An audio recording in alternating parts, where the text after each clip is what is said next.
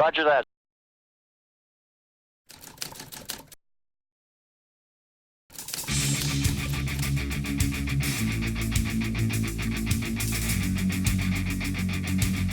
Maintain your altitude of 15,000 feet. 2 miles northeast. Turn left at 90.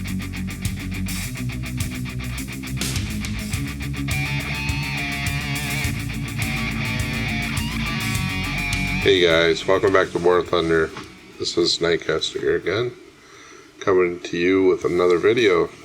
Today we're going to feature the F9F-8 Cougar. Not the 5 or the 2, even though they are all the same battle rating, surprisingly so. We're going to discuss the F9F-8. Now this thing's packed with an armament. You can even put, aside from the 760 20 millimeter ammo that you can add here with 4 cannons, you can still add 4 AIM-9B missiles. Now, this thing is armed to the gills with arsenal, but with all that comes a price, and that is weight. So not only is the F9F-8 heavy out of the box, well, you add all this armament to it and it is a brick compared to many other planes. So keep that in mind if you're going to fly this plane, especially if you're going to add the AIM-9Bs. Now this plane does really well against planes that are lower than it and slower than it. But you need the altitude, or you need the position on players or other airplane to be able to take advantage of that. But one of the useful features I see at this level is the fact that you can take out certain bombers that were more dangerous before and help you with some matches. So here we go. We're going to start a match here on what's typically a Russian map, but this happens to be a mixed battle since we're in jets.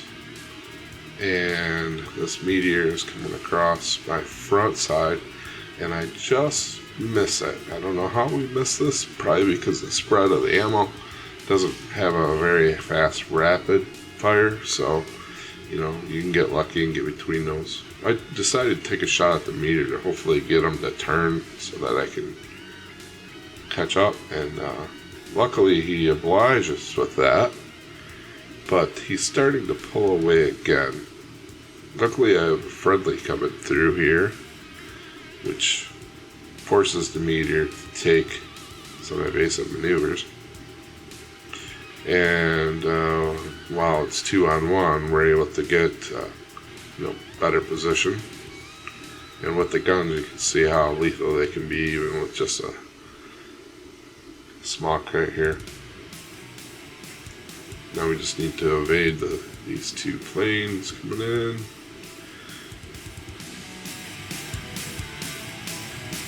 And here trying to dodge when I make a mistake of exposing my wingtips a little too far. Luckily it didn't cause any permanent damage. And here we are against another match where we have a couple opponents ahead of us. I'll show you how lethal this can be to a B-57. That can normally do well against the Cougar.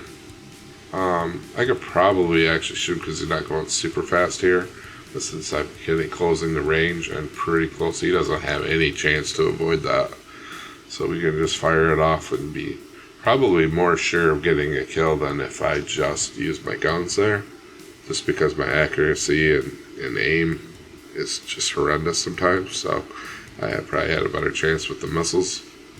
The F-84G here, he makes a maneuver upward to hopefully try to retain some energy, but he doesn't succeed a whole lot.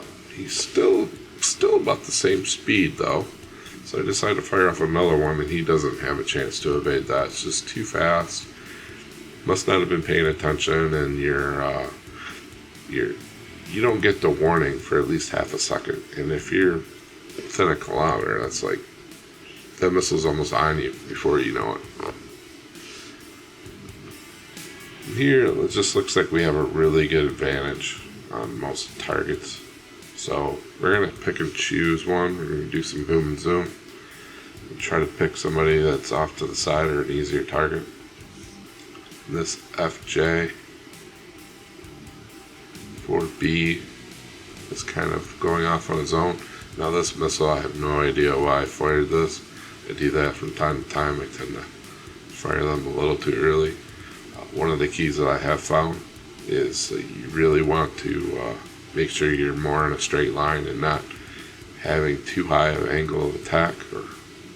And if you do that, your chances of success are much higher.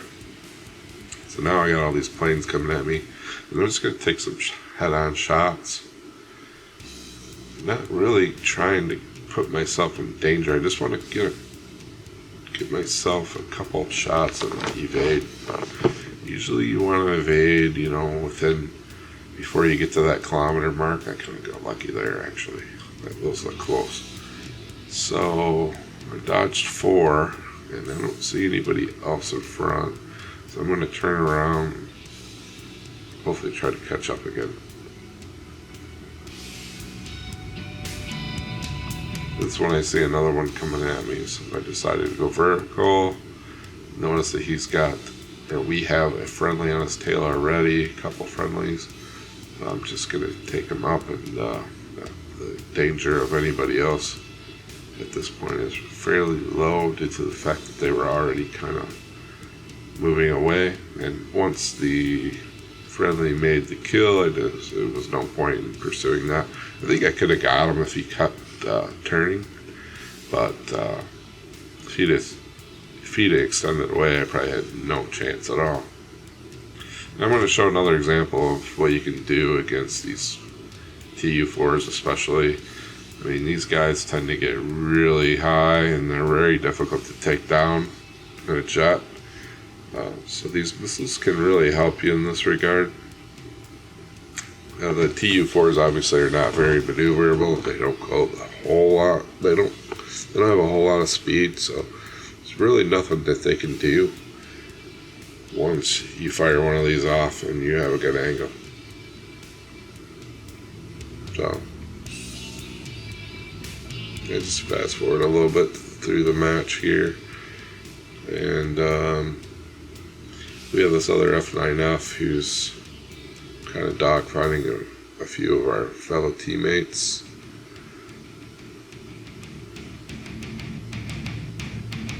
I'm just going to drop down on him here, try to get a shot, since he's preoccupied with another opponent. It's a good opportunity usually to take somebody out is when they're looking at somebody else. And here again, I had too high an angle of attack. You really want to make sure that those angles are very low before you do that.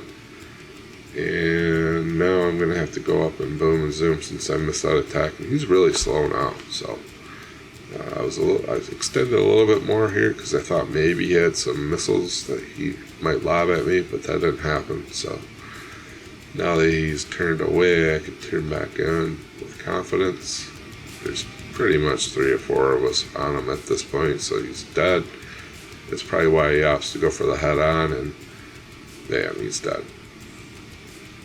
So the cannons on here can be pretty lethal, but you don't want to hold your own on those too long, because you get within a kilometer or so, and you tend to die a lot more. So right now it's kind of like defending this guy while he's landed. But I've been watching the enemy, and I noticed that he is starting to dive on him. I saw a little speck, and I've been tracking him for a little bit. and I just managed to get a good angle on him. Kind of surprised how close I was, actually. But he's going for him on the runway, and I just decide, hey, let's take a shot at the missiles because I don't have much time here. So luckily it worked, and I didn't hit the friendly. And so I've shown you a number of examples where we've had the energy advantage or position. So I just want to briefly discuss what the weakness of this plane is and how you can negate it. And first is not getting in an inferior position. That's true of any plane, but it's really true in this plane because without an ability to dive, which it does very well, you're really not going to be able to regain some speed if you get slow without it. Acceleration is really, really bad. Turn rate is not that great, but it does go pretty good in a straight line once you get energy or get your kinetic going. It does pretty well, and it does zoom pretty well. It's just getting it there that's the problem. And so having a better position will go a long way. And this guy wants to try and take me out as I'm going back, and I should probably dodge a little more here instead of dolphin diving. But that's okay. I lived through that one. Looks like he's really intent on ground pounding, so might as well take advantage of it. And one of the things I notice, if you lose sight of somebody, sometimes that missile lock will help you gain it back. It's not as easy. Your reticle is pretty small on the F9F-8, but like the D100 or something with the 9Es, those tend to have a larger envelope. Yeah, I just managed to get that guy before the other one came swooping in. I guess either one of us could have got him. Another good advantage to the plane here is, using missiles on enemies on the runway can be advantageous. Yeah, sometimes you don't even have to be behind them for them to work, but it's usually better. You just have to look out for the AAA. Obviously, should be doing this here, circling the runway, but I got a little greedy. This guy is right on the runway, but he's jumping in and out. And I'm just getting tagged at this point. So I gotta dodge as I'm going through here. Just throw another missile at him to give him something to think about. Throwing missiles at somebody like that is usually done more in high-end jets like the F-14, F-16s, but they don't have them in War Thunder yet. But every once in a while, you can use it. Just give them something to screw up their situational awareness, make them think something else is happening, or you never know. You got 4 of these missiles on the Cougar. Sometimes you can use all of them. No sense taking them home, right? Well, that's pretty much it. I'm on my way home now after getting tagged by AAA. The plane is a decent plane. Watch yourself. The acceleration's not that great. It turns like a brick, especially at slow speeds. Doesn't roll the greatest, although it's not horrible in some instances. But boom and zoom is fantastic, I think, for this tier. Just getting the speed and to be able to do it is the question. So overall, I think the F9F-8 is fun to play, especially if you're going for higher tier jets already. I recommend going down the Saber line more probably, but if you're looking for a low tier missile envelope or missile boat, then there's nothing wrong with this plane. It can be fun, but it can be challenging at times as well. So, especially when you have to unlock the F9F-2s and 5 before you can even get to it.